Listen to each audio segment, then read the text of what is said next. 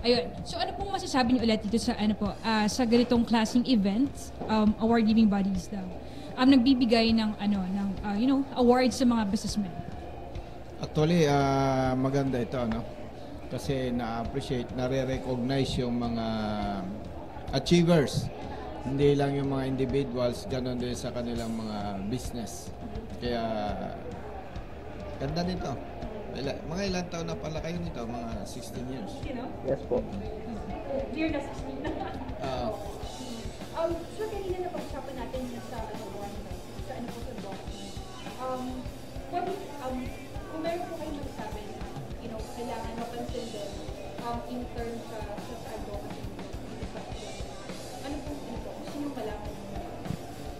actually, itong advocacy namin, we promote safety and protection of motorists, especially yung mga riders, no? At yung mga katulad nitong events, no?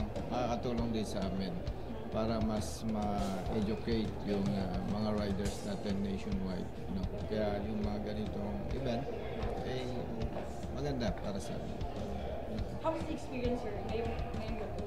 Medyo na-surprise ako, dami naman pwedeng guess, bakit ako? Uy nga, diba?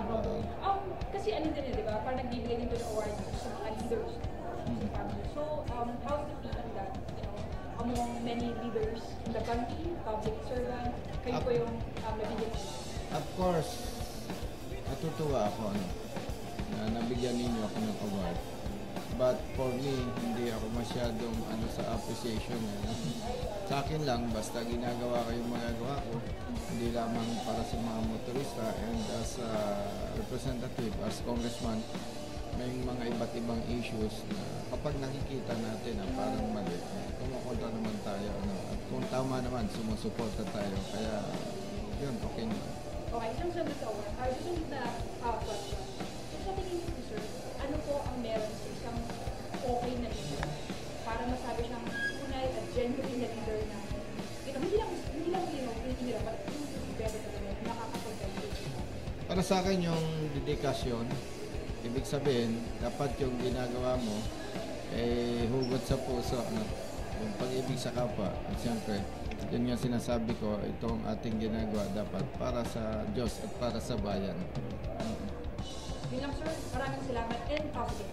One last, if ever na meron kayo nakikita, dahil ka lang to sa mga naka-interview, kung meron kayo nakikita na yung hindi napapansin na bigyan ng award in terms of business siguro, in terms of leadership, ano po yung mag-voice, kung pwede lang yung voice out na bigyan din sila ng award or makilala.